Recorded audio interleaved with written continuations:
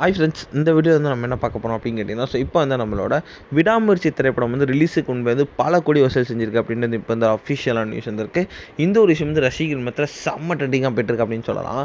இப்போ வந்து மகிழ் திருமணி இயக்கத்தில் நம்மளோட தல அஜித், ஆக்ஷன் கிங் அர்ஜுன், த்ரிஷா இந்த மாதிரி வந்து ஏகப்பட்ட கதாபாத்திரங்கள் நடித்து செம்ம பிரம்மாண்டமாக உருவாகி இருக்க திரைப்படம் தான் விடாமுயற்சி. ஸோ இந்த திரைப்படம் தான் ஃபர்ஸ்ட் வந்து வரும் அப்படின்ற ரசிகர்கள் எதிர்பார்த்துட்டு இருந்தாங்க. ஆனால் வந்து குட் பேட் அக்லி தான் இந்த ஃபர்ஸ்ட் வரப்போகுது அப்படின்ட்டு கிட்டத்தட்ட ஒரு நியூஸ் வந்திருக்கு.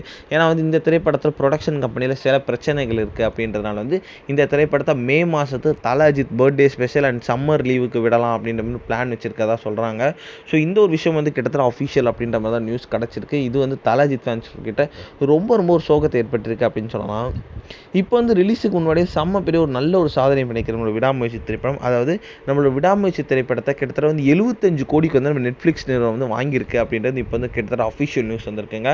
இந்த ஒரு விஷயம் வந்து தல அஜித் ஃபேன்ஸ் வந்து செம்ம ட்ரெண்டிங்காக போயிட்டுருக்கு அப்படின்னு சொல்லலாம். ஏன்னா வந்து ரிலீஸுக்கு முன்பே வந்து இத்தனை சிக்கல் இருக்கிற நிலையில் வந்து இப்போ வந்து நல்ல ஒரு சாதனை பண்ணியிருக்கு அப்படின்றது தல அஜித் ஃபேன்ஸ் வந்து செம்ம ட்ரெண்டிங்காக போயிட்டுருக்கு.